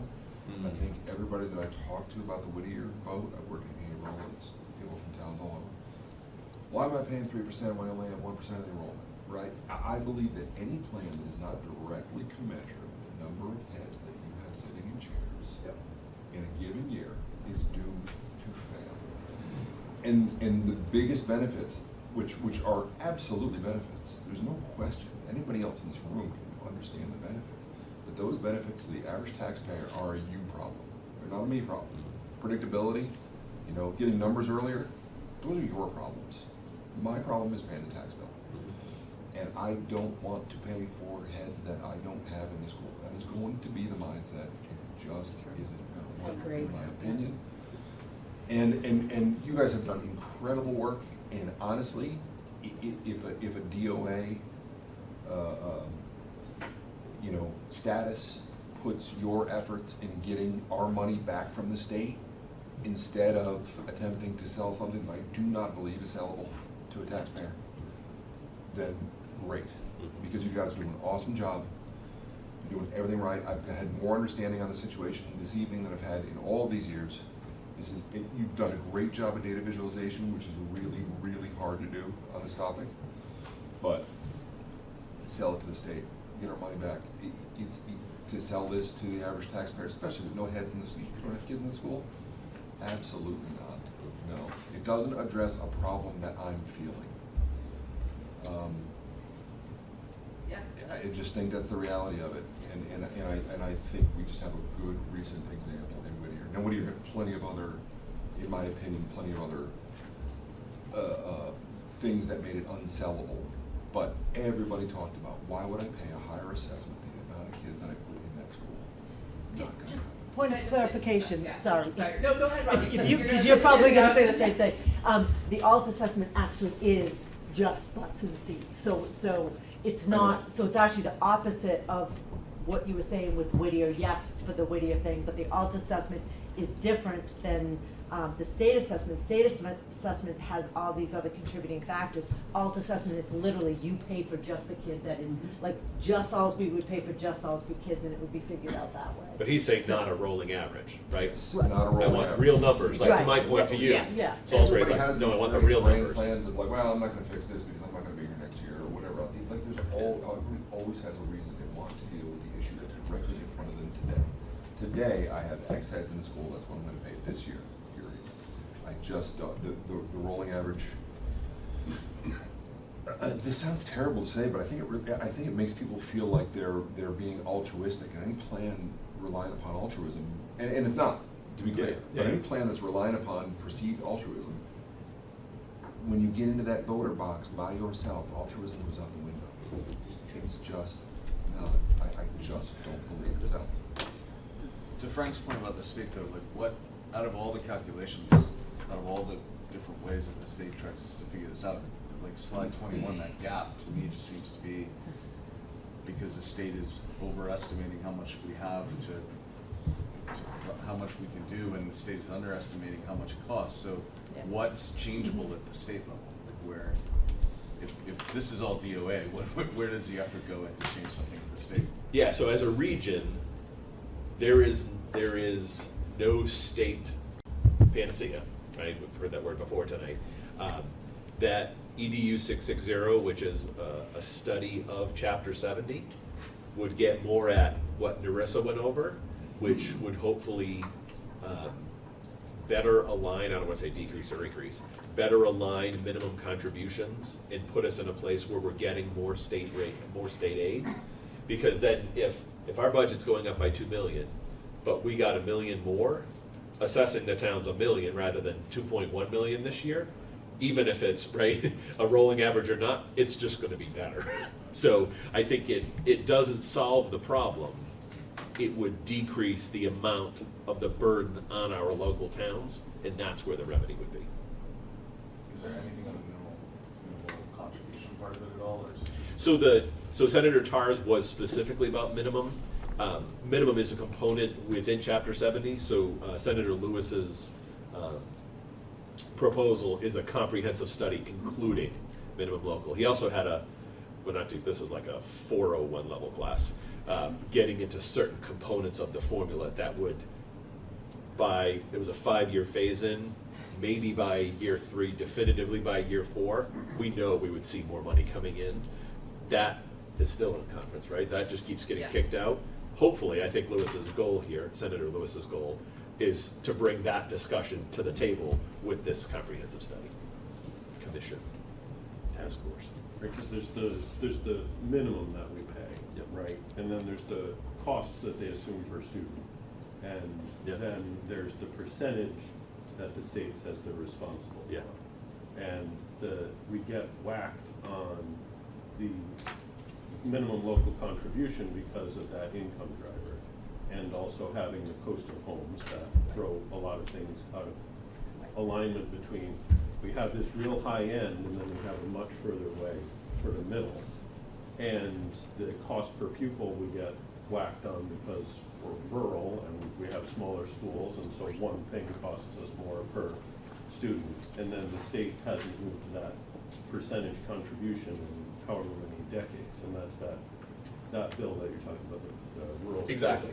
Right? So this figure, 30,407,000 is our foundation budget. That's the number that the state assigned to Triton as a foundation budget. Our actual spending is $51 million for fiscal 25. So then your minimum locals, the town's minimum locals, are a combined 22,865. That's up higher this year, obviously. Right, so it's the discrepancy between those numbers. You have a formula that's making, I will use the term grotesquely, under-assumed realities. It assumes basic cost assumptions for educating students with special needs It assumes English learners, right? It makes all of these assumptions. Again, let's go back to 1993. The students we were educating and the severity of some of the needs that we're now placing out, some of these students would never have been in our schools. And now they're in the schools where they belong. They're our students in their community. But that's costly, right, for the services they need and deserve. So all of those assumptions, the Student Opportunity Act started to take a look at some of those assumptions and those funding levels. What we said all the way through, and we set it up at Salisbury Library with Senator Lewis and Senator Zaglio, right? Just say you're not done. Say, great, you made a good first step. Student Opportunity, great first step. Gave a lot of money to cities and towns and urbans that needed desperately a desperate influx of cash. But please just don't say you're done, because it did not solve the problem. It did not go back to the formula. It tweaked components of the formula. So yes, to the point, to both of you, Paul and Patrick, yeah, absolutely, right? There is nothing in the regional agreement and in the assessment piece that the state will ever, this is a Brian statement, the state will never get involved. They like regions, but they don't like regions, clearly, because if they were really invested in regions, they would follow through on their promises. So, right, we're a small number, and so, right, the big urban, well-represented populations are not heavy, they're regions, but there's not a heavy concentration of regions, and so we generally don't have representation about these. What we're talking about tonight is a region. This is an us problem, right? This is a unique, not just Triton, but the Hamilton Wenhams and the Masconomet's and the Manchester Essexes, and we're a 3-town. We're lucky we're not a 2-town. You want to talk about some fun times. You have to have unanimous all the time. So. It's also funny though too, Brian, because like Frank was very pragmatic, at least enrollment is something you can see. Yeah. And for towns like Newbury and coastal communities, like we have a segment, let's say, of a coastal park that puts very few kids in the school system. And Old Town used to put a lot of kids in the school system, but they put a lot less now. So it's funny how towns demographically change in where the kids are coming from. So yeah, it's complicated even more so at that local level. Yep. So at least kids in the school sitting in the seat is obvious. Yep. There's definitely enrollment shifts happening. As of today, our highest kindergarten enrollment for next year, resident enrollment, is Newbury Elementary School. By 25 students. 20 students larger than the next biggest. So, and that fluctuates, right? Totally depends, year over year. But Right, one of the areas they could save money though is that, like the ones that have special needs that are like 23, 24, 25 years old, that they should change that from Department of Ed funding to like Department of Public Health or something of that. I'm sure that would, has that ever been broached to Senator Tarr or the other one that? So we have had lots of discussions with Senator Tarr. So right, so there are so many facets to that statement you just made. So students, we have an 18 to 22 program for students who do not get a diploma at 18, but stay with us until 22. When we have a student who is in residential placement, current scenario, residential placement, very justified, we are paying the entirety of that bill. The residential, which I would argue is a large component of that, is medical, and the instructional day, right? Our argument has always been, absolutely, instructional day, call it 10 hours, call it one-on-one assistant, right? All of that, absolutely. Don't love it, but it makes sense. But all the medical piece, and then the other state agencies won't kick in until 22. Right, the insurance lobby, the health insurance lobby is the biggest, if not one of the largest lobbies in the country. And I don't ever see that changing. I think Senator Tarr would say this again if he were here. He certainly wants to keep fighting the fight, but that's a tough battle to fight because the insurance companies don't want to pay it. And for those families that are given a certain number of hours of services, whether it be through Medicaid or otherwise, they use those for the at-home services, as they should, right? Which means that we're responsible for a bill that is not just educational services. So that is, I will say this, Senator Tar did also in its amendment 639 EDU, and it's another task force that he championed that the superintendents, the North Shore superintendents, have been pushing hard on a task force to study special education funding as well, because that dates back to Chapter 766, which was born in 1973 or 72, which is the year before I was born, so that's 52 years old. And there have been tweaks to it, and it was cutting edge when Massachusetts passed that before IDEA came out federally. We're now way behind, and the structures and the assumptions similarly. And as we've talked about, right, it is a driving force in many of the costs that we face, for sure. Does anybody else have any other comments, concerns? I would just say, I know I watched Alicia, and she's working really hard for the state, but at the end of the day, state's not coming to help us at all. That's never happening. We don't have enough representation in the State House. You know, it's just, we're gonna have to solve this problem with all three towns. Well, Michael, I don't agree with that, because this is shifting now, and there are more and more communities, Yeah, but rural we- communities out in the western part of the state that are now, they're coming up alongside us, and some are gonna start surpassing us. So this declining enrollment used to be a small number of districts, now it's over 300 and something districts. I mean, I'm gonna hold hope, but you start looking at the state representation, like where Cambridge is, almost 90% of the school system is funded by the state. Oh, I know. Haverhill's 68%. No, Lawrence. They have the numbers in the State House. You ever think they're gonna give up the money and give it to us? It's not gonna happen. Well, I think they have to, or else they're gonna lose bankruptcy. These schools are gonna end up going out. Oh, I totally agree with you, but you know, at the end of the day, just like what we're talking about our regional agreement with, you know, Salisbury would benefit, so I know the whole Board of Selectmen will follow what Ronnie says, we all trust her. We will continue this, but I know the other two towns aren't gonna, because Salisbury doesn't see the benefit. So, at the end of the day, that's what's gonna go right back to the State House, the same argument's gonna go back to the State House. I just don't see it happening, and at the end of the day, you know, this is my core belief in life, is we're all judged by the ability to help people less fortunate than us. We have two vulnerable citizens in each one of our towns, children and seniors. So, at the end of the day, it's up to us to make sure our children have an education. And I can tell you, I don't see the state, I talked to Senator Tar, I talked to DeZoglio, I've talked to all state reps. I just don't see it happening. This is gonna be our problem that we're gonna have to fight. Well, that line, that is unsustainable. I know it is. And eventually, we wouldn't even be able to override our way out of it, even if we wanted to. I fully understand, that's why, you know, we hired an economic developer, I don't wanna give up all the farmland. My family's been in Newburyport and Salisbury since 1637, I don't wanna see it go. But at the end of the day, it's going. If you don't make the decision to make development, you're bankrupt. That's where we are right now. I'm still gonna fight.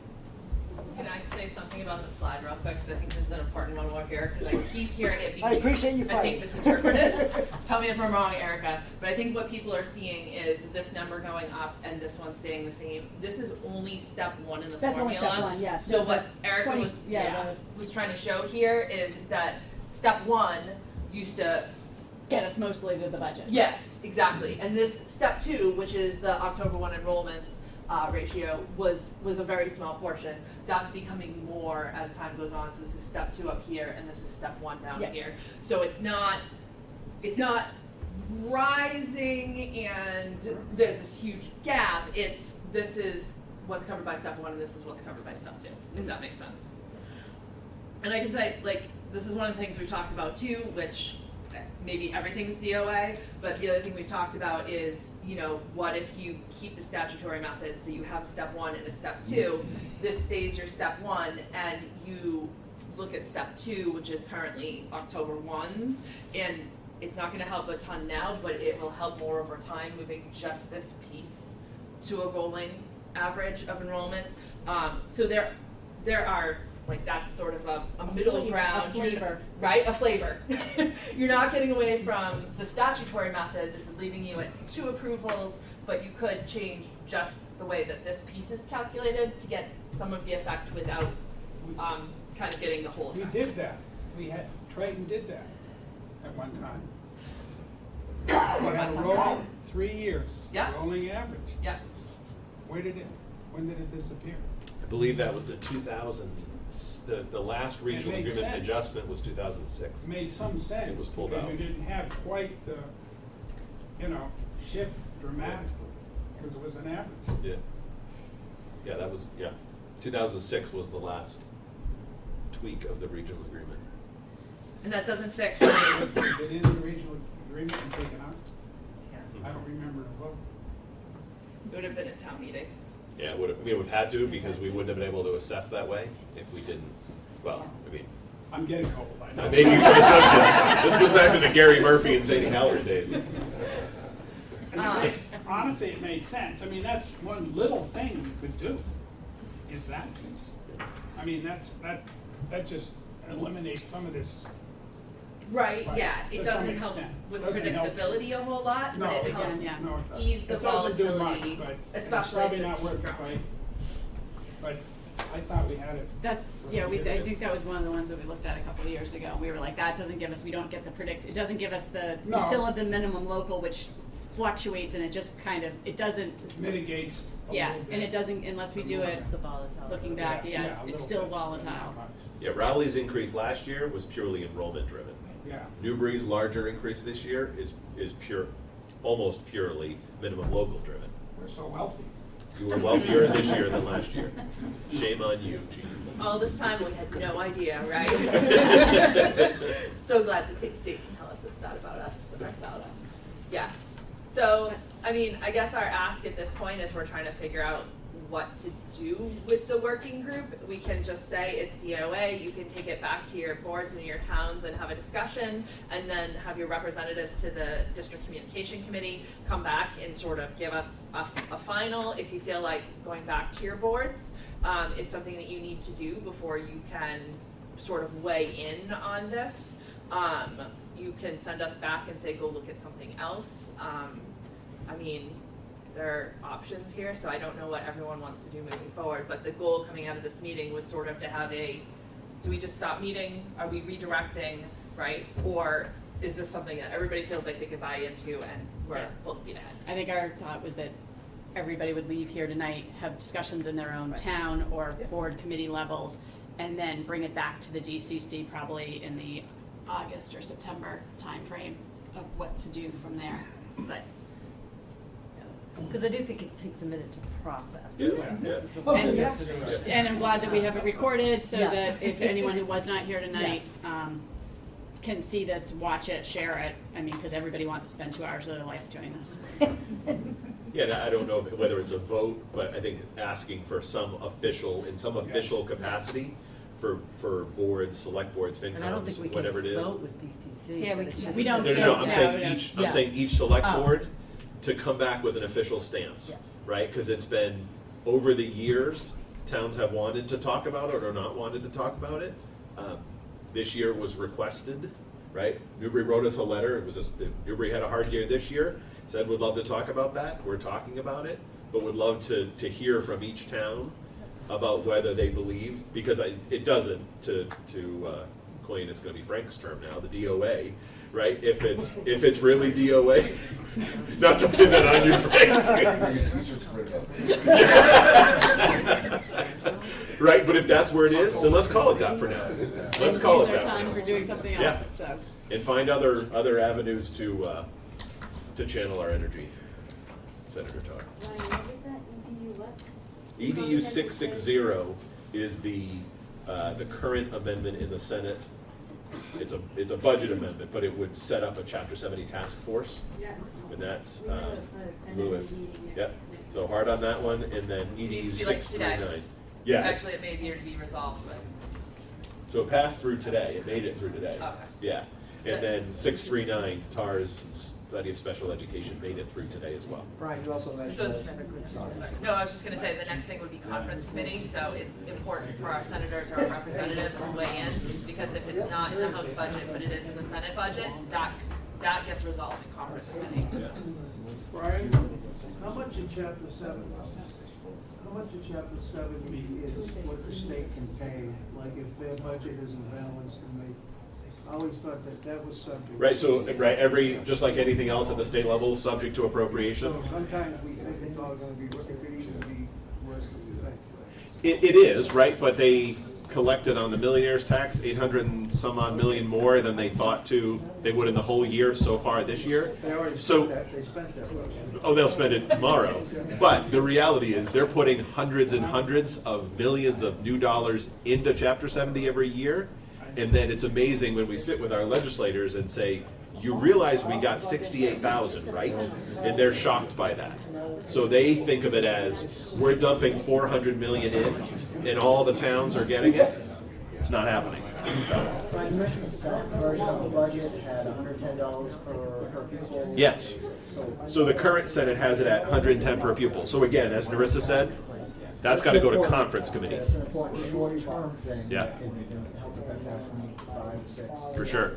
Yeah, it'd be about another 160,000 over what we have. Okay, I want to thank everybody for being here. This is what this DCC meeting is for. It's great to see all the boards here, because this is what our vision was, is for all the 3 towns to be working together with the school committee.